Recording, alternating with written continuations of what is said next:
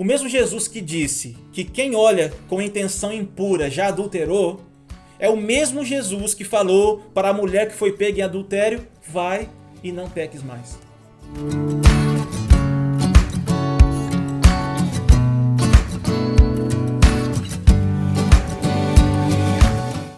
Eu queria convidar você a abrir lá em 2 Samuel capítulo 11. Ele diz assim: decorrido um ano, no tempo em que os reis costumavam sair para a guerra, enviou Davi a Joabe e seus filhos com ele e a todo Israel, que destruíram os filhos de Amon. Grava bem isso: destruíram os filhos de Amon.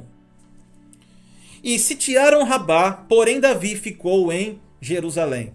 Uma tarde levantou-se Davi do seu leito e andava passeando no terraço da casa real. Daí viu uma mulher que estava tomando banho. Era ela muito formosa.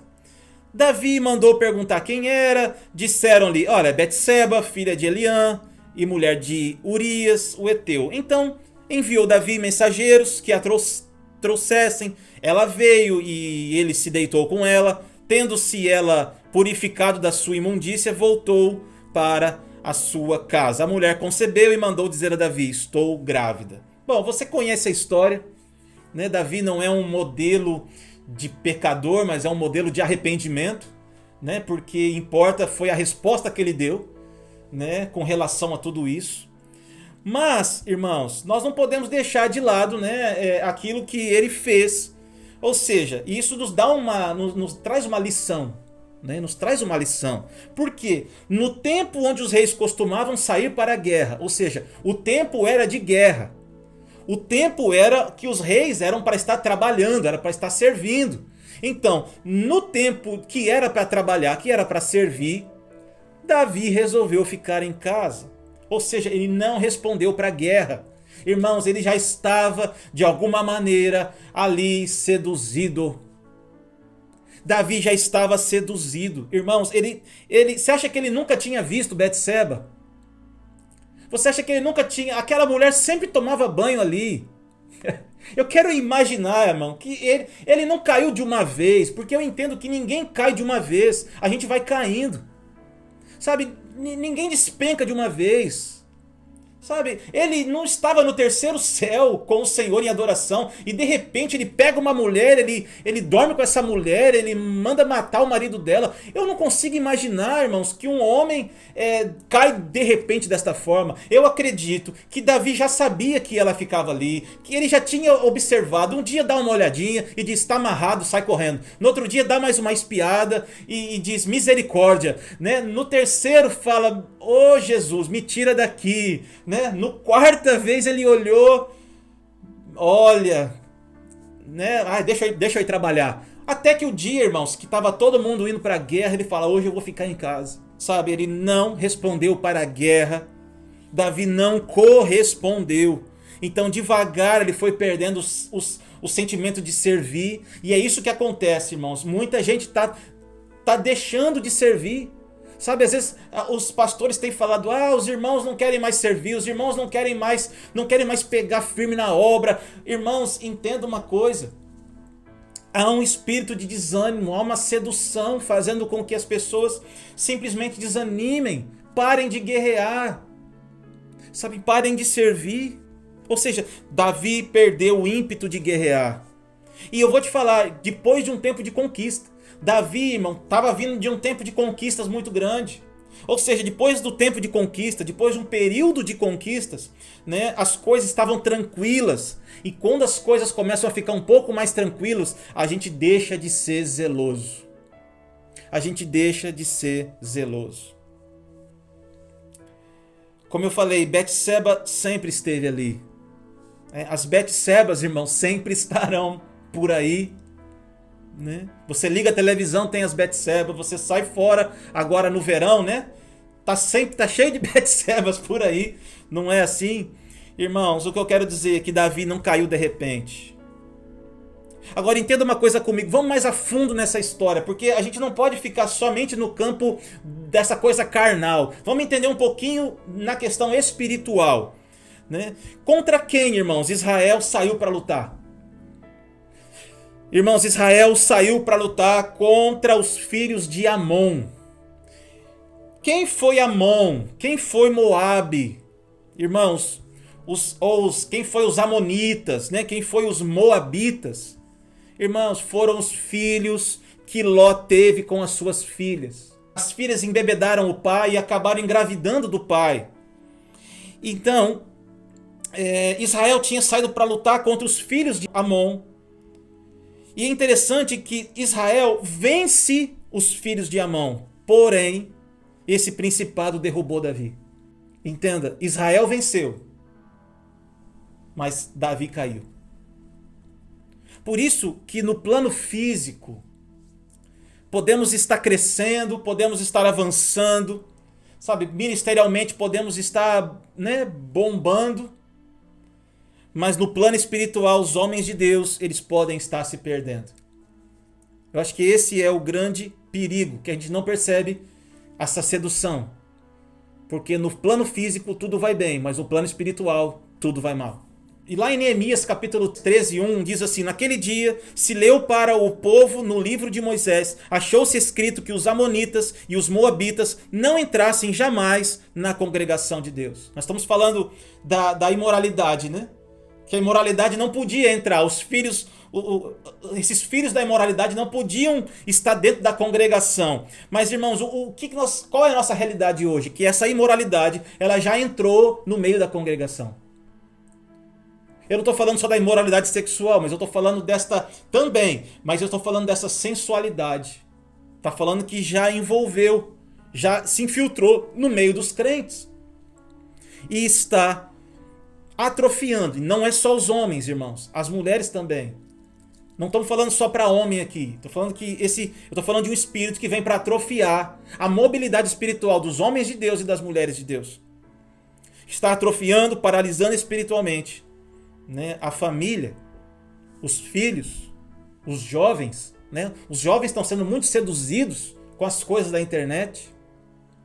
Agora, nós não vamos conseguir viver sem internet. O nosso desafio é propor, irmãos, uma troca.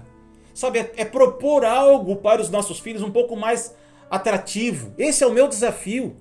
Sabe, a internet não tem como nossos filhos ficarem sem envolvimento com a internet, com o mundo, por causa da escola. Mas entenda, a gente pode, de uma maneira sábia, ir propondo fazer algumas trocas. Trocas que sejam atrativas, né? Ou seja, sabedoria, eu sei que vocês têm, está disponível para nós, amém, irmãos?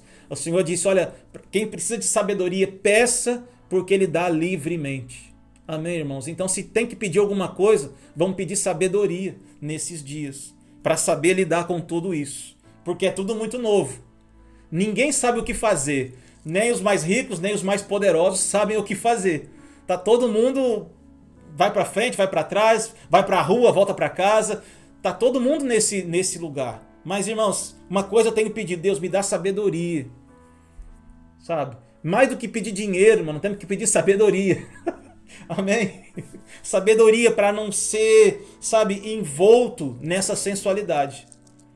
Né? Para que a gente não perca o propósito.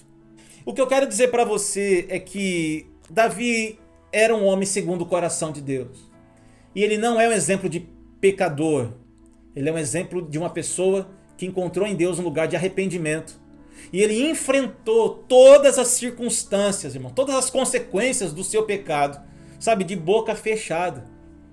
Sabe, o grande problema nosso é que às vezes nós enfrentamos as consequências dos nossos erros. Deus já nos perdoou, já derramou o seu sangue na cruz do Calvário, já recebemos o perdão, fomos perdoados, confessamos, fomos curados. A questão é que às vezes vivemos ainda debaixo de uma consequência dos nossos erros. Irmãos, Davi, ele pegou essas consequências e viveu, sabe, viveu como um perdoado.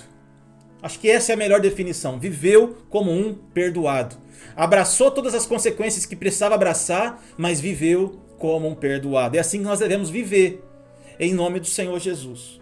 Amém, gente? Viver livre, sabe? Avançar, sabe? Receber o perdão e avançar. Não ficar num lugar de remoendo e não, sabe? Ir pra frente, sabe? Em nome de Jesus, né? Consertar o que tem que ser consertado.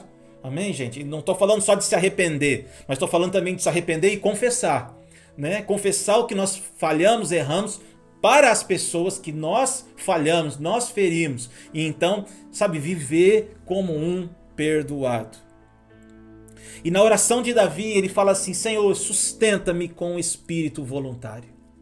Ou seja, me traz eu preciso voltar a servir, eu quero voltar a servir, eu quero voltar, sabe, a guerrear, eu quero voltar a entrar no tempo de Deus. Se é para guerrear, Senhor, eu vou voltar para a guerra. Se é para ficar em casa, eu vou ficar em casa, mas eu quero estar no teu tempo, eu não quero estar no meu tempo.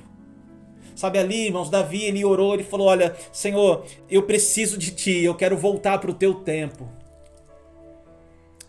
Sustenta-me com um espírito voluntário.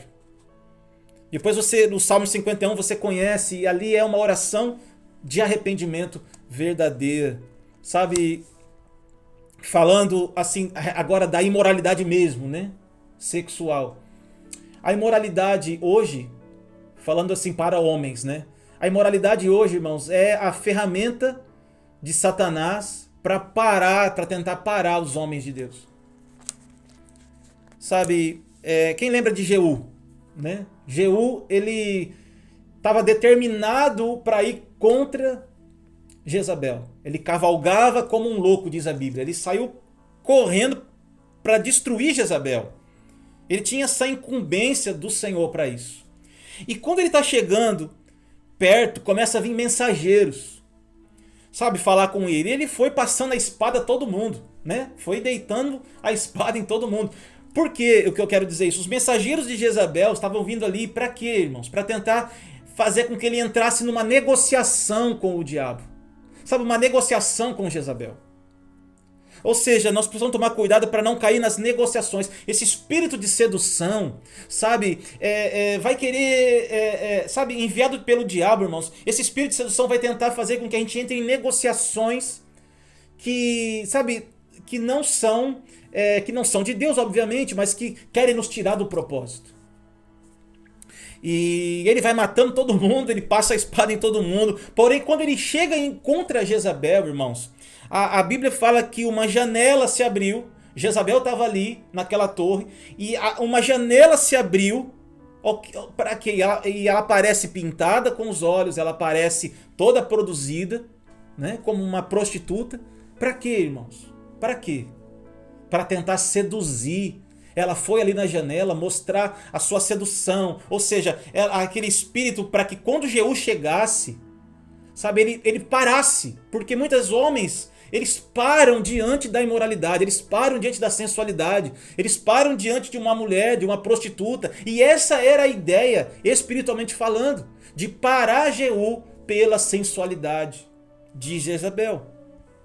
Então a última cartada de Jezabel era se revelar para ele, para tentar seduzi-lo, tentando pará-lo. Irmãos, vocês sabem, eu também, que a própria Jezabel, né, está por trás desse espírito de imoralidade, né, porque o seu Deus é Baal, né, o seu cabeça é Baal. E nosso Deus não é Baal. O nosso Deus, irmãos, é o Deus Pai. Amém, irmãos? É o nosso Senhor. Então assim, agora Jeú, ele venceu no físico, mas quem venceu no espírito foi Elias. Como que Elias venceu, irmãos, esse espírito? Levantando um altar maior ao Senhor, sabe, se reposicionando, se reestruturando, sabe, levantando um altar ao Deus, ao Senhor. Quando se troca o altar, se troca o governo de uma casa. O mesmo Jesus, né, que falou assim, o mesmo Jesus que disse que quem olha com intenção impura já adulterou, é o mesmo Jesus que falou para a mulher que foi pega em adultério: vai e não peques mais. Para você ver, irmãos, a graça do nosso Senhor, para você entender que mesmo que a pessoa esteja envolvida nessa sedução, mesmo que ela tenha caído nessa sedução, o que o Senhor está dizendo? Olha, vai e não peques mais. Sabe, não é pra gente entrar em condenação, é pra gente entender, se arrepender, se reposicionar da sedução, que pode ser ela física ou espiritualmente falando, né? E então, a partir daí, recomeçar, né, avançar. Salmo 24 fala assim: ao Senhor pertence a terra e tudo o que nela há se contém, o mundo e os que nele habitam. Fundou-a ele sobre os mares e sobre as correntes a estabeleceu. Quem subirá ao monte do Senhor? Quem há de permanecer no seu santo lugar? O que é limpo de mãos e puro de coração, que não entrega sua alma à falsidade, nem jura dolosamente. Esse obterá do Senhor a bênção e a justiça do Deus da sua salvação. Tal é a geração dos que o buscam, dos que buscam a face do Deus de Jacó. Levantai, ó portas, as vossas cabeças, levantai-vos, ó portais eternos, para que entre o Rei da Glória. Quem é o Rei da Glória? O Senhor, forte e poderoso, o Senhor poderoso nas batalhas. Aleluia. Ele está dizendo, olha, aquele que é limpo de mãos e puro de coração. Por isso que esse é um tempo, irmãos, que o Senhor está vindo com um fogo, sabe? Um fogo purificador, um juízo purificador sobre nós. Para que a gente possa tirar as negociações do nosso coração. Sabe, como eu disse, ninguém cai de uma vez. Nós começamos a cair negociando princípios e valores. Nós caímos negociando as verdades. Foi isso que Eva, irmãos, ela caiu porque ela começou a uma negociação com a serpente. A palavra da serpente, a voz da serpente, sabe, se tornou para ela verdadeira. E ela estava dizendo que Deus era mentiroso. E ela começa a se alimentar da palavra da serpente. Ou seja, começou uma negociação em seu coração. Sabe, irmãos, em nome de Jesus Cristo, sabe, que nós possamos aproveitar este tempo para que o nosso coração seja purificado. Sabe, de toda negociação contra esse espírito de sensualidade que está querendo nos tirar do propósito. Em nome do Senhor Jesus Cristo. Está dizendo, levantai, ó portas, as vossas cabeças. Levantai, ó portais eternos, para que entre o Rei da Glória. Irmãos, quando fala do cabeça, quando fala de cabeças, nós estamos falando também de homens, que quando os homens se posicionam, quando os homens se levantam, se reestruturam no Senhor, se reorganizam no Senhor, irmãos, as pessoas começarão a ver a partir daí o próprio Rei da Glória, o próprio Senhor Jesus. Quando os homens, quando os sacerdotes começam a se reorganizar, quando as pessoas, quando nós, os sacerdotes, começam a se reposicionar, irmãos, o Senhor Jesus, ele vem.